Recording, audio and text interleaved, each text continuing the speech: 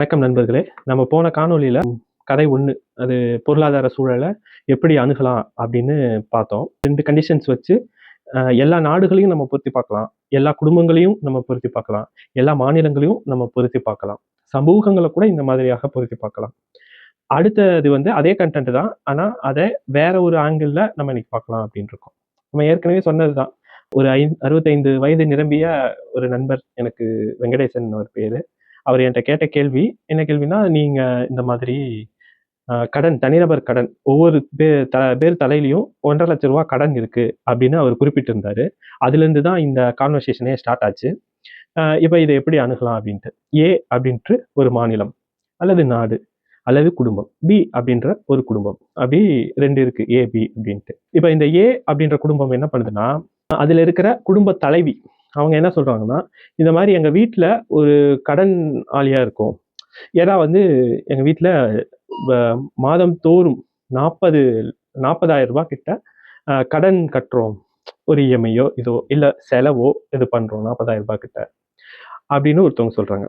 இன்னொருத்தவங்க பி என்ற குடும்பத்துல குடும்ப தலைவர் என்ன சொல்றாருன்னா, நாங்க கிட்டத்தட்ட எங்களோட சம்பாத்தியம் மட்டும் 80,000 ரூபாய் அப்படின்னு சொல்றாரு ஒரு மாதத்துக்கு. இப்ப இவங்க 2 பேரும் சொன்ன கண்ணோட்டங்களை மட்டும் வைத்து அவர்களோட பொருளாதார சூழலை நம்ம நிர்ணயிக்க முடியாது. 2 பேருமே பொய் தான் சொல்றாங்க. 2 பேருமே ஒண்ணு பொய் சொல்லணும், இல்லாட்டி புரிதல் இன்மையால் இருக்கணும் அப்படின்றதுதான் இங்க விஷயம். எப்படி அப்படின்னா, ஒருத்தவங்க ஏ என்ற குடும்பத்துல கடனால் அவங்க பாதிக்கப்பட்டிருக்காங்க 40,000 ரூபாய் அப்படின்னு மாதம் சொல்றாங்க.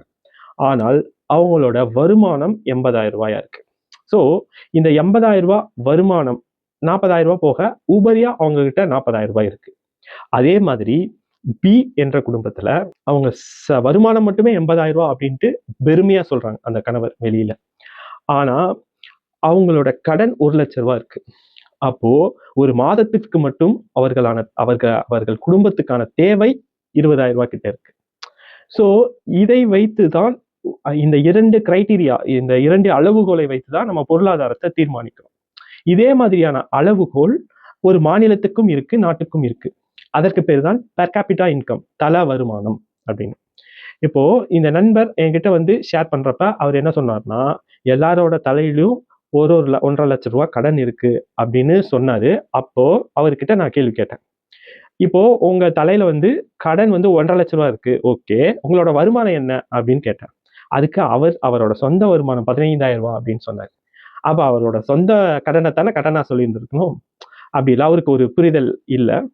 அவர் தனிநபரா எனக்கு என் மேல 1.5 லட்சம் ரூபாய் கடன் இருக்காம்பா அப்படின்னு வருத்தத்தோட சொல்றப்ப இன்னொரு விஷயத்தையும் சொல்லணும். பெர் கேபிட்டா இன்கம் படி அவர் சம்பாதிக்கிற தொகை எவ்வளவுன்னா 3 லட்சம். தமிழ்நாட்டோட பெர் கேபிட்டா இன்கம் தல வருமானம் எவ்வளவுன்னா 3 லட்சம். அதே ஒவ்வொரு தல கடன் தொகை எவ்வளவுன்னா 1.5 லட்சம். அப்போ உபரியா 1.5 லட்சம் இருக்கு. அப்ப இதை மட்டுமே வச்சு சந்தோஷம் அடைய முடியுமானா அது இல்லை. அதை அடுத்த வீடியோல நம்ம காணொலியில பார்ப்போம். இன்றைய வீடியோல நம்ம கணித்த விஷயம் என்னன்னா, 2 அளவுகோலை கம்பேர் பண்ணி ஒரு ஒரு பொருளாதார சூழலை அணுகுவது. அதுல இந்த வீடியோல நீங்க கத்துக்கிட்டது என்னன்னா, பெர் கேபிட்டா இன்கம், தல வருமானம். நன்றி. வீடியோ கூர்ந்து கவனிச்சிருக்கீங்கன்னா இந்த வீடியோல ஒரு பிழை இருக்கு. அந்த பிழையை நீங்க கண்டுபிடிச்சீங்கன்னா உங்களுக்கு 1.32 லட்சம் ரூபாய் சன்மானம் கிடைக்கும்.